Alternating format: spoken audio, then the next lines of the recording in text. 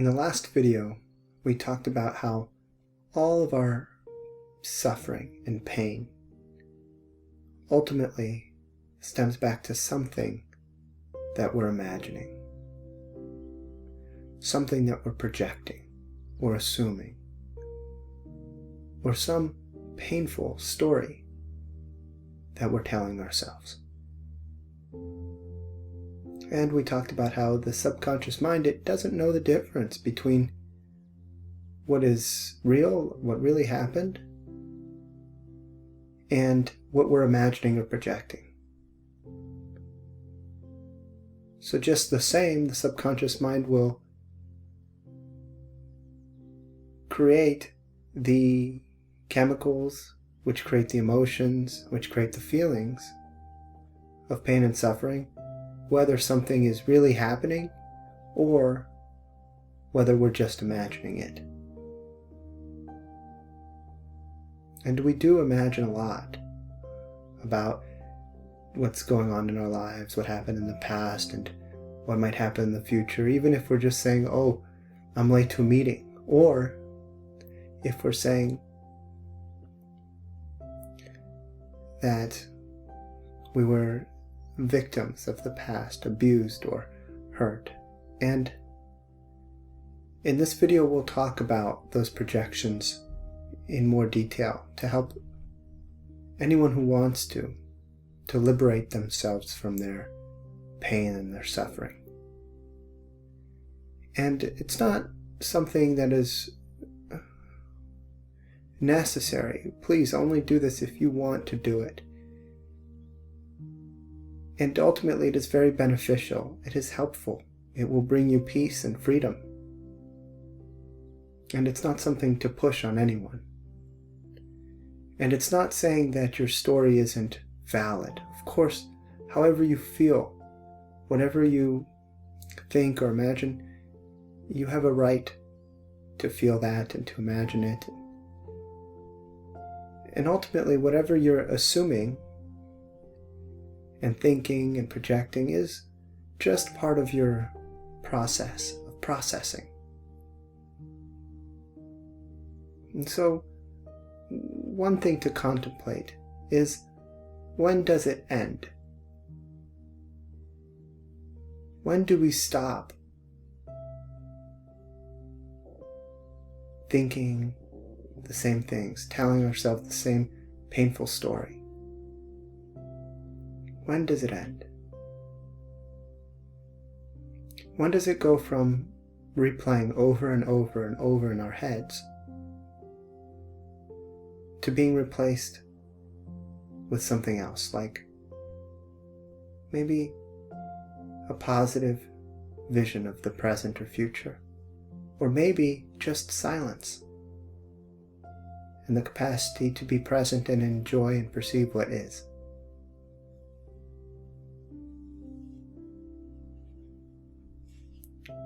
And so, something that I would like to point to in this video, and it's not easy to communicate, because we're talking about, for some people, some very painful past experiences. Some people who are watching this are just working on their stress, and this video will help with stress. If you're projecting that you're never going to find a relationship, or that you're going to run out of money, or that if you don't make it to the meeting, it's going to be a really bad thing. It'll help with issues like that. It'll also help with much bigger issues, like feeling like you've been abused in childhood and other traumas.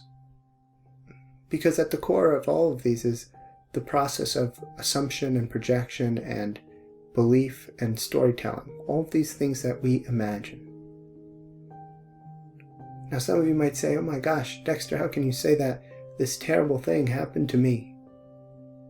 And you're telling me I'm just imagining it? No, that's not precisely what I'm saying. And really listening to this precisely is important.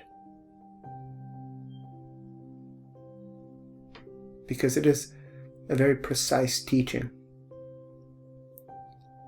And so if you would please try to reach and see what I'm pointing to, you might find that it'll help you a lot and open up a whole new world of possibilities for freedom and inner peace and clarity. So it's not that that didn't happen to you. It's not that it's wrong of you to believe what you believed. It's not that at all. It is that whenever we try to take reality and put it into a sentence or a story made of sentences, which is made of languages, which is made of words, we don't really capture what really happened. If someone says, "Oh, I was abused," does someone really understand what that feeling was like and what that experience was like? No, because it's not all captured in the abuse, in the term, in the word, "I was abused." And so, between human beings, we can't ever really have this experience of complete communication and mutual understanding, because we're all operating from different vantage points, and no one has ever had to be in your shoes. And so it is very much a unique experience to you, whatever it is that you experienced, whatever it is that you're projecting. It's very unique to you. And even if two people say they're projecting the same things, using the same words, still inside of them, they might actually be having very different experiences, despite using the same words. And that's the thing about words. And that's the thing about the mind. When we try to capture the whole of an experience in a story, it's like trying to capture a waterfall in a little cup. It's just not going to fit. And here's really the key to this teaching. A lot of the, possibly all, the stories we tell ourselves, the beliefs we make, the things we imagine, the things we project, the assumptions we make, are all some form of coping mechanism or self-defense strategy. We create stories and assumptions and beliefs and projections because we think that somehow by labeling what happened, by putting a name on it, that will somehow be safer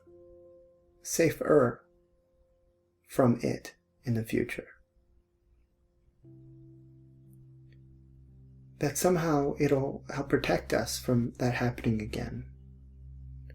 Or that somehow it helps us understand what happened and helps us heal. And it is a part of the healing process. And like training wheels on a bicycle, there comes a time to take the training wheels off and let them go.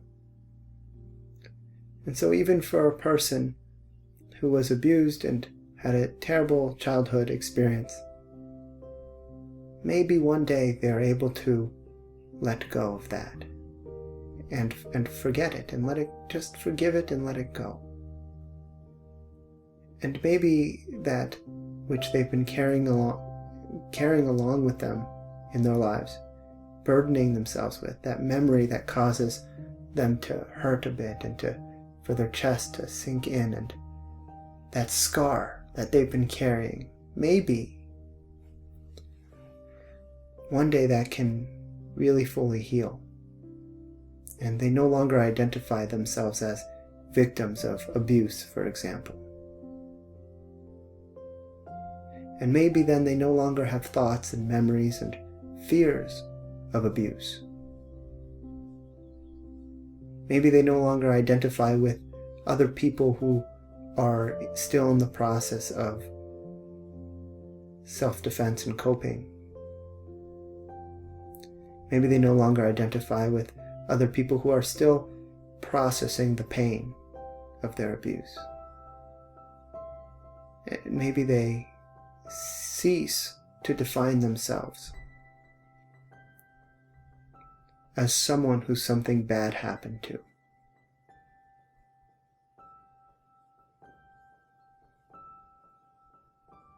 And only when we get there can we really be free. Can we really be at peace? Because if we live life believing, assuming, imagining, projecting that something bad has happened to us, then automatically the mind will go into a protective mode, a stress and survival mode, a worry mode, an anxiety mode, and a process of protection. And it will be on the lookout for that bad thing happening again. And it'll be afraid of it and concerned. And if the mind is like an empty white box, a pure mind, an empty mind, if an empty mind is like a pure white box, then the memory of that, in this case, in this example, abuse will fill that box. And of course, the subconscious mind, not knowing the difference between what it imagines and what is real, will release the chemicals, creating the emotions of that experience, and the person will live with that pain for as long as they're holding on to that memory.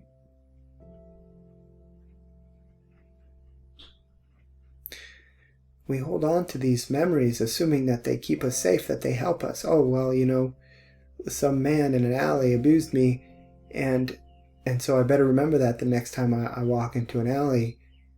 I better remember the pain I felt. I better remember all of the pain I experienced during that time, and that will help me remember not to walk into an alley. This is a very common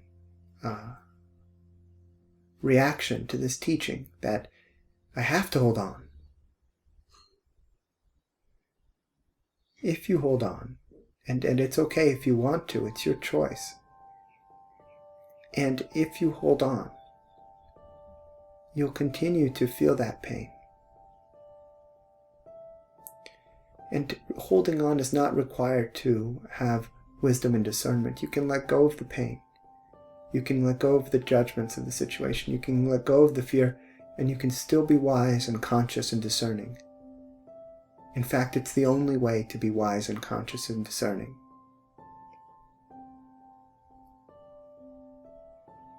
The process of holding on to pain and fear actually makes us more unconscious. Because rather than being able to navigate life and situations with clarity and calm, we begin to navigate life with the fear and the negative emotions, and so we're not as precise and we're not as aware. Our awareness is not expanded, it's contracted.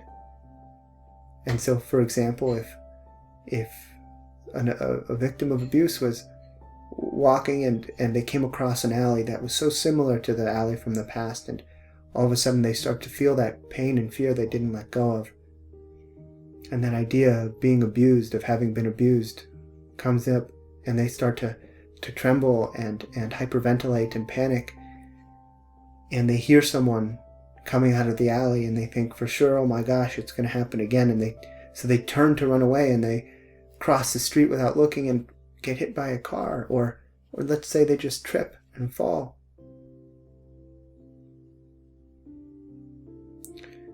You see, fear doesn't help us manage situations. Holding on to pain, it doesn't actually help us protect from whatever we think happened, repeating. And sometimes it can actually increase the chances of something like that happening again. Kind of like the statistic about how when people are staring at car accidents on the side of the road when they're driving by, sometimes they actually end up driving right into it. They drive right into that which they were afraid of. And there are stories of certain people experiencing certain traumas, like abuse, repeatedly.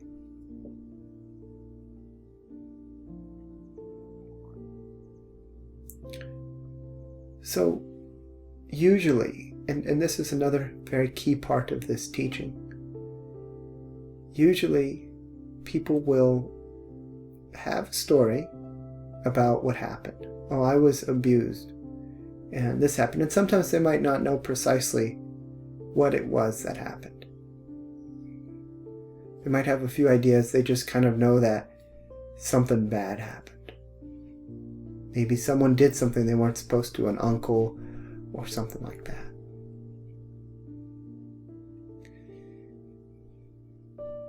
And this applies to whatever trauma or pain or suffering that you're holding on to. So please apply it to your specific situation.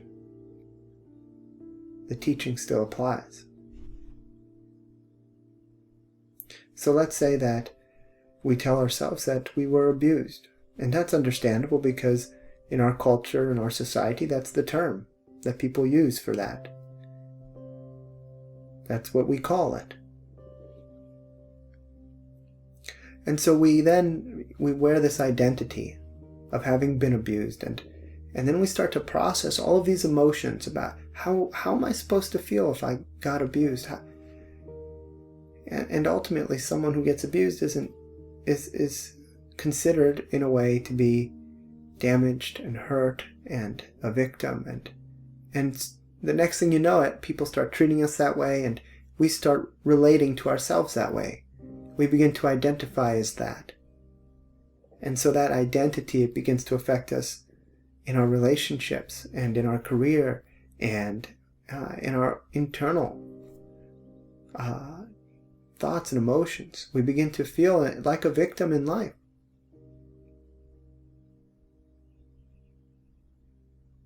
And then we develop other scenarios in life that sort of reinforce that belief. Now, some might say that this happens in order to support us to finally clearing that belief and that perspective and that story. And there's a lot of validity to that perspective. And it's not really a question of whether it happened or not. It's more of a question of whatever happened, can you let it go? Because as soon as it's gone, as soon as if you have your white box, which is your mind, as soon as it's not in there anymore, then you're free of whatever it was. And if it wasn't helping you keep yourself safe or anything like that, then, and all it was doing was causing you more suffering and potentially steering you into other situations that cause you to relive it, then maybe it's a nice thing to let it go.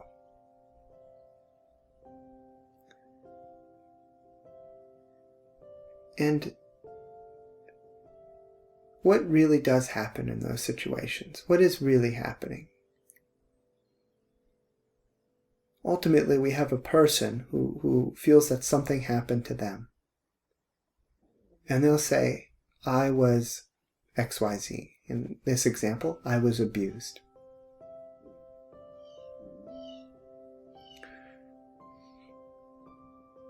Well, energetically speaking, and everything that I'm sharing in this video is simply energetically speaking. I'm a spiritual counselor and life coach, and this is not intended to be medical advice of any kind. Energetically speaking, if we were to look at that, what does that even really mean? I was abused. They're words that come with so much pain and sometimes shame and guilt, and not that I recommend feeling that at all if something happened to you. That said, the words, they carry that. And yet, what does it mean? If we take the situation when someone was abused, you would find that whoever did the abusing, the perpetrator or the bad guy, was really someone who was in a lot of fear and anger and ignorance. And that it wasn't personal. And a lot of victims take it personally. They think, oh, maybe it was something about me. And that whole process of taking it personally, trying to figure out what was it about me that caused it, or assuming that you know what it was about you that caused it. That process of taking it personally is actually another self-defense strategy and coping mechanism. And it's a subconscious assumption that drives that thinking. The subconscious assumption is, if I can identify how it was personal and what it was about me, then I can, either change that or hide that part of myself and prevent that from happening again. And it's actually never personal. When you really look into it, when you really contemplate and meditate, what you'll find is that it's never personal. And that it had nothing to do with you. And this is something to really deeply contemplate, because it can lead to a great freedom to realize this. Whenever you have an attacker, or a murderer, or an abuser, or a person who just yells at you at the grocery store, or a partner, a lover, who gets mad at you and yells at you, it's never personal. If you were to zoom in on the person who is the attacker, the perpetrator, the bad guy, quote unquote, what you'll find is someone who has a lot of pain, a lot of fear, and that fear and pain is manifesting as anger. And as they react to their fear and pain, they do things that, without realizing, that hurt other people. Even when they sort of seem to know what they're doing, it might be, in a sense, on purpose. And it's never consciously on purpose.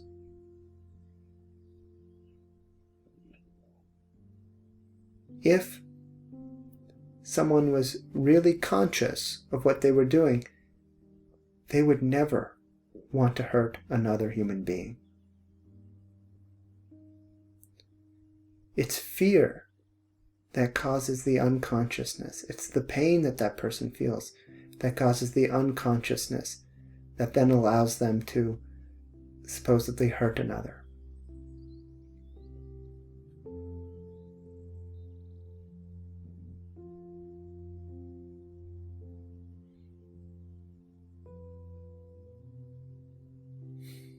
And then the victims of that, the quote-unquote victims, oftentimes go on with judgment.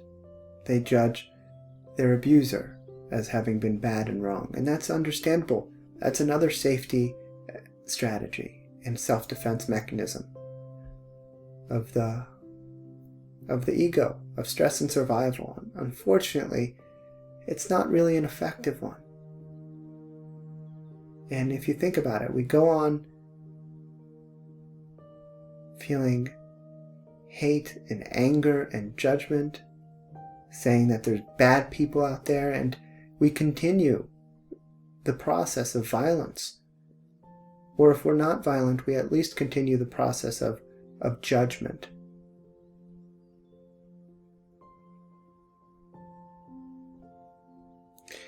And as long as we're continuing the process of judgment and believing that there are bad people and wrong people, then we won't be able to have inner peace. Inner peace is only possible when we can fully realize that there's nothing bad in the world that can happen. There's nothing wrong in the world that can happen. That nothing bad and wrong in the world has ever happened. That's not to say that there haven't been painful things. It is to say that if we want to attain consistent inner peace, if you really want it, that eventually seeing everybody as one, seeing this entire process as one, and seeing that the pain and suffering that comes from this process comes from unresolved pain and suffering and fear inside every single being. If we realize that, then there's a way out of the pain and suffering. When the perpetrator does what they do, when they abuse or kill or hurt or yell or shout or criticize or judge and punish, what they're doing is they're in a moment of fear and pain. It's kind of like if you were to touch a hot stove with your hand and you were to whip your hand back. Now, no one's wrong for doing that. No one's bad for doing that. They touched a hot stove. If you touched a hot stove, you would whip your hand back too. You would pull it back really fast. Your hand would be burning. Well, now let's say that there was someone back here when they did it. So they touched the hot stove and they whipped their hand back and they slapped the person in the face. Now, is the person bad or wrong? You might say, well, no, because they just slapped them in the face and it was an accident because they were touching a stove. Well, that's the key right there, is that when people do the abusing, when people do the killing, the murdering, the hurting,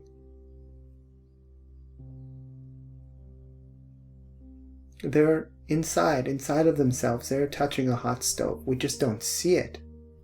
Or at least we don't know to see it, or choose to see it, or want to see it. Because our survival system, our self-defense mechanism, literally doesn't want to see it, because it doesn't feel safe, understanding, or forgiving. And our self-defense system goes into its own process of touching the hot stove, right? When that person slaps us in the face, it hurts. And so what do we want to do next? We want to slap them back.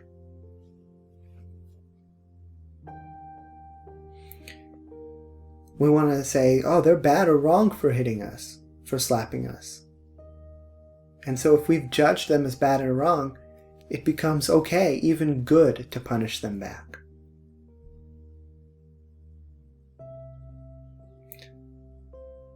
And so we continue the cycle, because when they get punished back, when they get slapped back in the face, what are they going to do? They're going to slap us back. And this is a metaphor for all of humanity. And I want to say thank you right now to my wonderful spiritual teacher, John Jones, for sharing these teachings with me.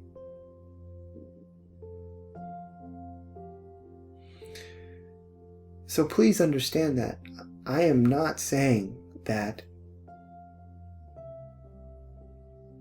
people shouldn't be, that there shouldn't be a process of some form of justice and rehabilitation. I'm not saying that everyone should just be able to walk around and do whatever they want. That's not what I'm suggesting. Of course, we should consciously and wisely manage society.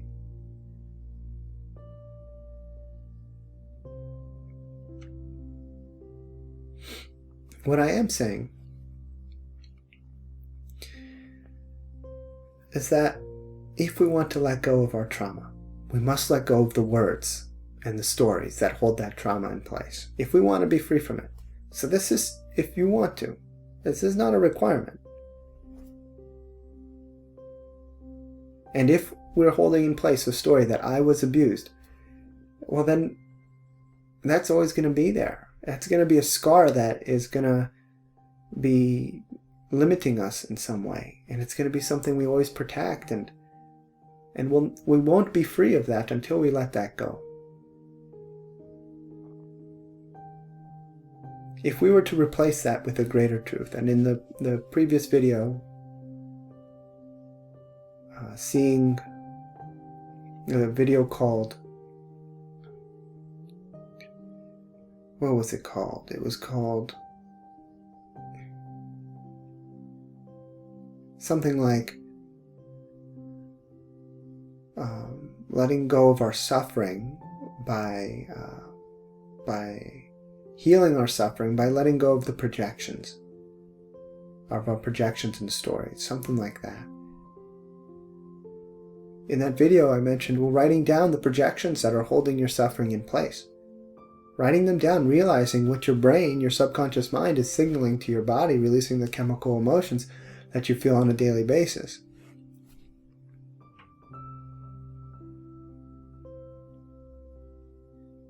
And so in this case, if one of your projections is, I'm a victim of abuse, I was terribly wronged, these statements, all of them that start with I, if you want to be free from suffering, if you want to have peace, they gotta go.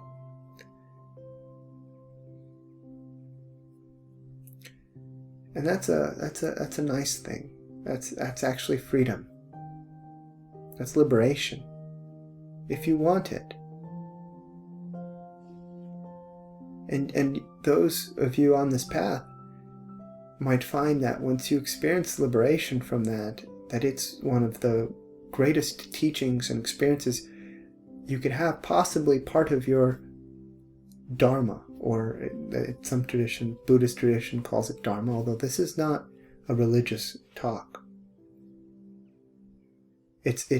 Some might call it part of your karma, and ultimately it's part of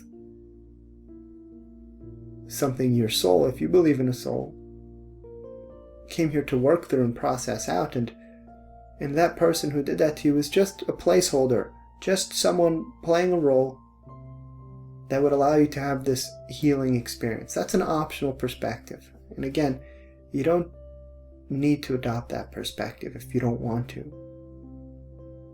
You can simply recognize that letting go of that story and replacing the projection of I was abused, for example, with, I grew up with someone who is in a lot of pain and suffering. And in their pain and suffering, they blindly, kind of like touching a stove and whipping your hand back, they were blindly, unknowingly, unconsciously reacting to their pain and suffering. And trying to feel safe and in control in their life, trying to take their pain away by pulling their hand back, right? The safety strategy of pulling the hand back, the control strategy of pulling the hand back, the survival strategy of pulling the hand back.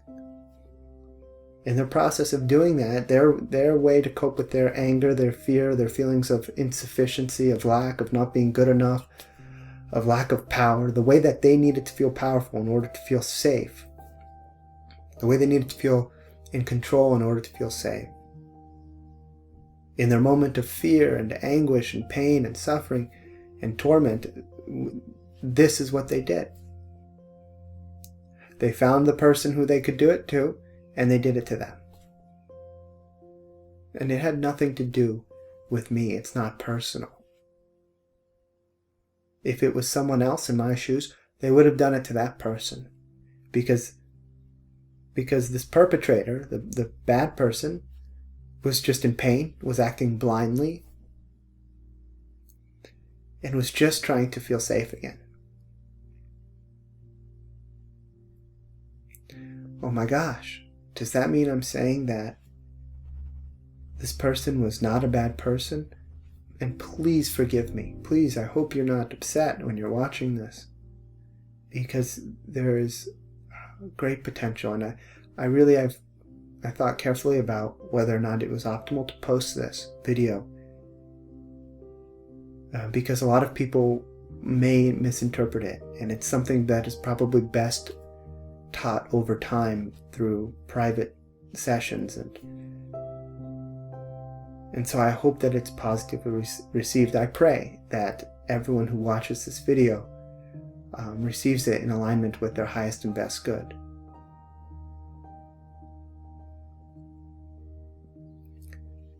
That said, ultimately seeing that beneath every bad person and wrong person is an innocent soul that had a lot of pain and suffering, that they themselves were potentially abused in some way or another at some time or another. If we recognize that, then a tremendous amount of positive change can happen in society and inside ourselves. We can finally forgive and let go. And we no longer need to live as and see ourselves as and feel like a victim who has been abused, who has been wronged. And we no longer need to live in a world full of bad people and wrong people.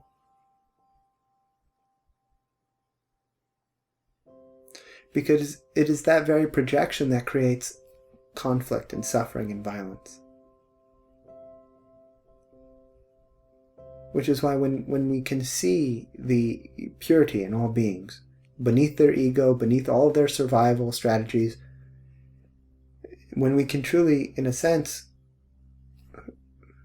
understand and have compassion, the highest form of compassion, which is to see the purity in all beings, the child of God or the child of the universe in all beings,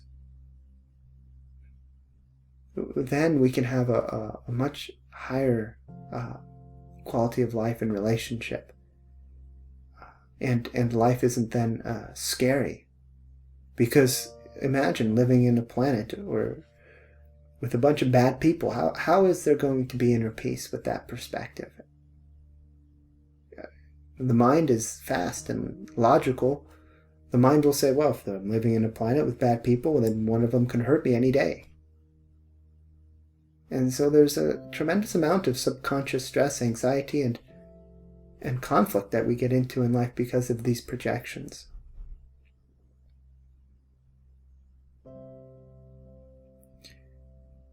And the projection of someone being bad and wrong is in itself just a part of the process of punishment and safety and attempted survival. And again, that's a training. Those are like training wheels, that process. It comes from us operating in the stress and survival brain, in the problem mindset, in the root chakra, if you're familiar. And it comes from child parts of ourselves. It doesn't come from the conscious parts of ourselves, the heart chakra or the upper chakras. It doesn't come from the wise parts of our mind. And because when we're operating wisely, we can actually speak to the purity in beings. We can focus on it and we can draw it out of people. And we can wisely navigate life. It doesn't mean that if you're operating in your heart and being wise and seeing the purity in beings, that you're going to go walk into a den of murderers, a bar full of thieves, and say, I love you so much. No, it doesn't mean that. It doesn't mean you're going to go to your abuser and hang out with them. Of course not. On the contrary, it would rid you of fear that could cause that type of erratic behavior. Because when you're free from the fear, when you're free from the trauma, you have far more clarity. Because that trauma, that fear, that bad thing that happened to you is no longer in that white box of your mind. It's no longer a lens through which you see the world through which you see yourself through. It's no longer a defining aspect of your self or your identity. Which means that you're free of the pain associated with it. And so, the process of identifying the projections that are holding in place your suffering and seeing the bigger picture, this is how you would do it with an experience of abuse or trauma. So if you imagine that you were abused, it's not that you've been lying to yourself. That's a misunderstanding. That's a misinterpretation. It's not that. It is that you sort of inherited from society the sort of beliefs that society has about that. And the way society calls it is they say, oh, you were abused. And, humanity is still operating from stress and survival. Most of humanity is still operating from root chakra dynamics, or very primal dynamics. And so these aren't like dynamics that help us feel inner peace or clarity or love. That's not where humanity is coming from yet. We're getting there. Some people are evolving across the globe, and we're raising the vibration of humanity, and still most of humanity is operating from stress and survival, and there's parts of every human being operating from stress and survival mode, or from root chakra dynamics, or from judgment, punishment, blame, and from victimhood.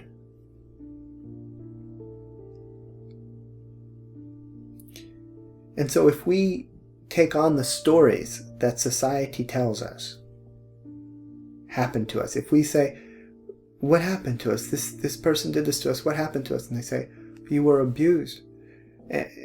Over time, we're going to learn what that means to humanity in the collective consciousness. What does that mean? Oh, that means I feel ashamed. I feel guilty. I feel something bad happened to me. Something wrong happened to me. Right? So once you feel that something bad or wrong happened to you, then comes the shame. Then comes the guilt. And so why is that? That's because humanity doesn't yet know how to effectively, consciously process out pain and suffering. It's doing it through judgment. Oh, something bad happened to me. Something wrong happened to me. Wrong people, bad people did it to me. So what does humanity do? Oh, then the collective consciousness will say you should feel shamed and guilty because something bad and wrong happened to you. Or you should protect yourself and feel like a victim. And it'll also say you should find the person who did it and punish them and make them pay. Not recognizing, humanity doesn't recognize, the collective consciousness doesn't recognize that this process will go on endlessly. Because as soon as we judge and punish another person, then we've created another victim who is then going to judge and punish the perpetrator, which is going to create another victim who is then going to judge and punish their perpetrator. It can only end when we forgive. It can only end when we realize that whatever it was that happened. Reality is like this waterfall, and we can't possibly understand what happened completely. Any projection is like trying to catch a waterfall in a cup, and so it's a process of surrendering, of letting go, and of realizing that the pain and the fear, it's not going to help us prevent that thing from happening again, and that we need not live in fear of it happening again. That's not a foolish thing to do, it's a wise thing to do. Because when you're operating from wisdom and clarity and calm and peace, you are perceptive, you're aware, you're present, and thus you're able to navigate the present moment in the way that you choose. You're able to avoid situations that you would prefer not to go into, and you're able to attract and navigate towards situations that you do want.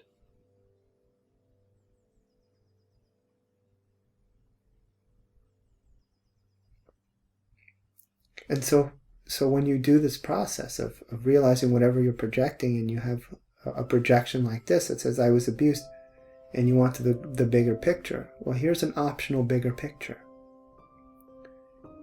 Here's how you can rewrite your story. Here's how you can let go of the painful projection or belief or assumption that you've been carrying. And maybe I'll do a meditation that helps teach this. that said this will serve if you listen to this video and you listen to it again and you put your faith in, you give it the benefit of the doubt, you will find the teachings that I'm attempting to point to, the understandings. So what you can do is you can realize, wait a minute,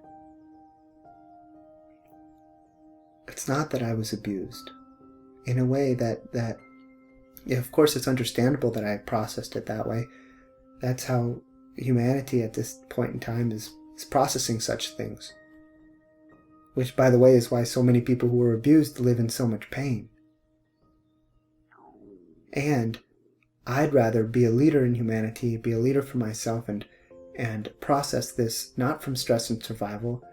I'd rather process this more consciously for myself and for humanity. And so I'm going to choose to see what is the bigger picture here. Is it that I was abused by a bad person? Full stop, period, end of story? If I keep believing that, then I'm going to keep, remembering it and feeling the pain of it, and it's going to be part of my identity, and that's going to be part of how I relate to everything and everyone in life, and I might die feeling like a victim. What if I chose to try to see a bigger picture, a greater truth? What if I let go of my fear? That if I let go of this belief that somehow I'm going to be unsafe? What if I face my fear? And it might be uncomfortable. You might have emotions come up. You might have literally discomfort in your body as you do this.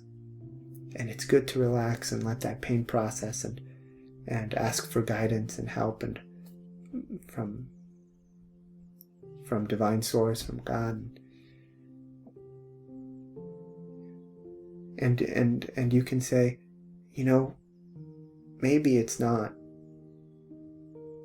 that I was abused. Maybe it's that there was a human being who they themselves went through probably a lot of suffering in their lives, and maybe they had so much fear and pain and anger, and they didn't know how to manage it. They were unconscious. They didn't know what they were doing. They weren't acting consciously on purpose. They were reacting like someone who just touched a hot stove and pulled their hand back. In that moment, there's no thought, there's just reaction. And certainly if we are souls and in the afterlife we go up and we see what happened and what we did and the choices we made, then the purity of that being, the parts of them that are pure, which there are in every being, will see and feel tremendous pain about how they reacted. And so really the truth isn't that I was abused. I can let this go. I can stop identifying with this. The truth is perhaps that I was just in a place, in a time with someone who was in pain and suffering and reactive, and it was not personal. It had nothing to do with me. And that this person will one day, whether it's in this lifetime or a future lifetime, maybe it's this thing that they did to me that will teach them compassion for all human beings. And maybe this thing that they did to me can also teach me compassion for all human beings.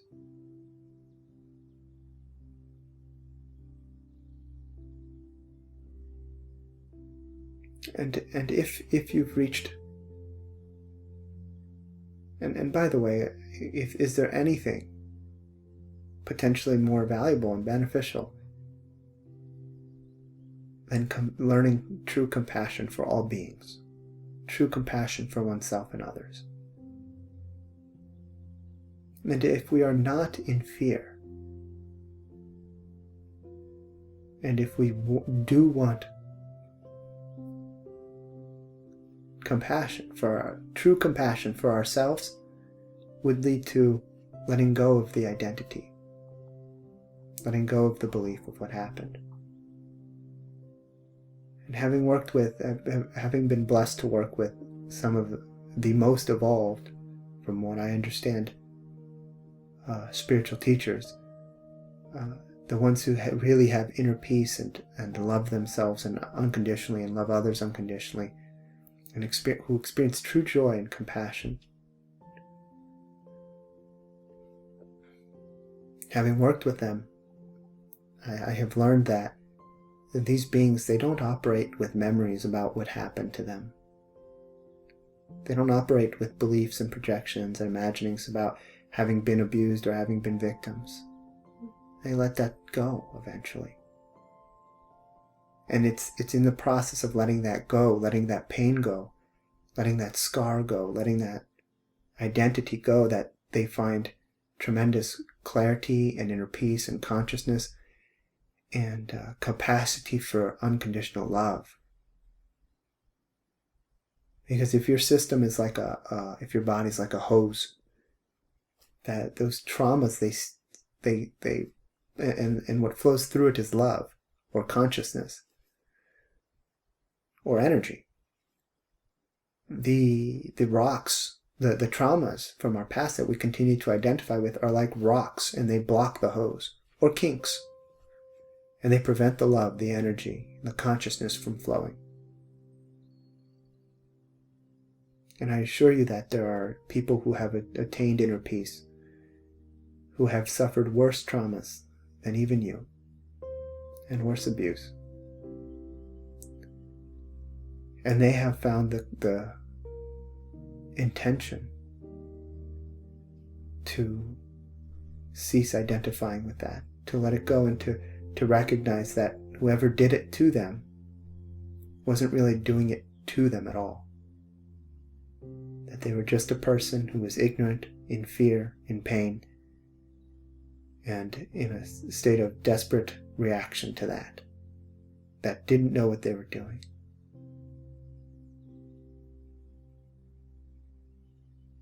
And that spiritual person recognizes that they are not their body. They are not their identity. They are not their name. And so there's nothing to be ashamed of, because there's something far greater than their body. Their body is just a vehicle to experience these learnings. They're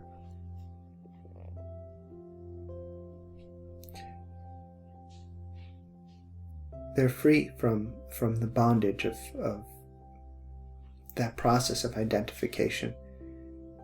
And that's a gradual process. It doesn't happen overnight.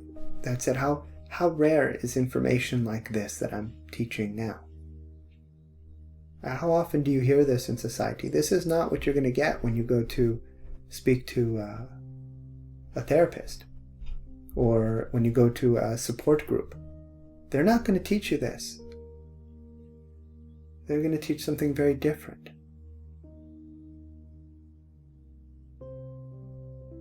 And in my experience, it is only these understandings that I've communicated now that lead to the freedom. And even though support groups and therapists can mean well, many times they will oftentimes reinforce the pain, reinforce the suffering, reinforce the judgment, reinforce the victimhood, reinforce the fact or belief, supposed fact or belief that you were abused. When truly it's so simple in a sense, the freedom from that pain and suffering, the healing, the true healing, happens when we are totally free from those beliefs, projections, and imaginings.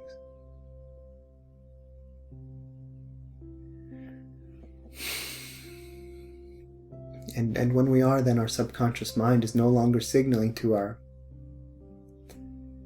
body, is no longer sending those chemicals and those emotions that say, hey, this is what happened and this is what's happening.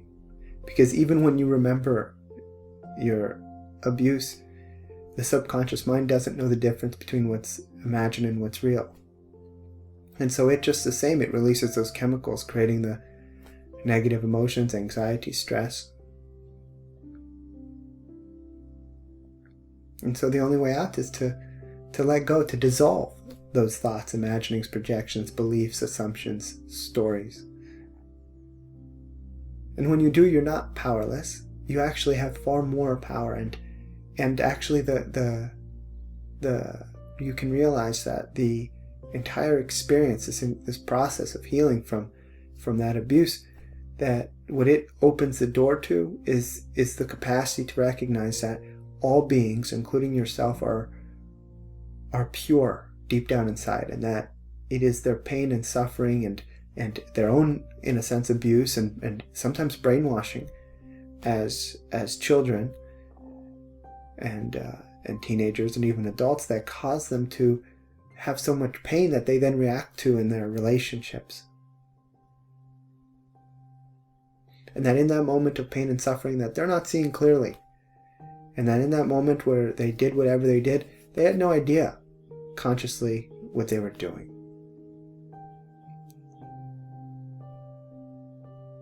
And it had nothing to do with you. And when you can understand the implications that this understanding, that this teaching could have on your life, when you understand really what it could mean for you, the beautiful place in which it would lead you, and when you understand where it would also lead humanity as more individuals understand this, you can begin to see a greater purpose behind all pain and suffering, and you can begin to dissolve all stories of seemingly terrible trauma. And again, I'm not saying that it wasn't terrible. I'm not diminishing what you experienced. I am saying that if you want to, it can be dissolved. It can be healed completely. And you can become free.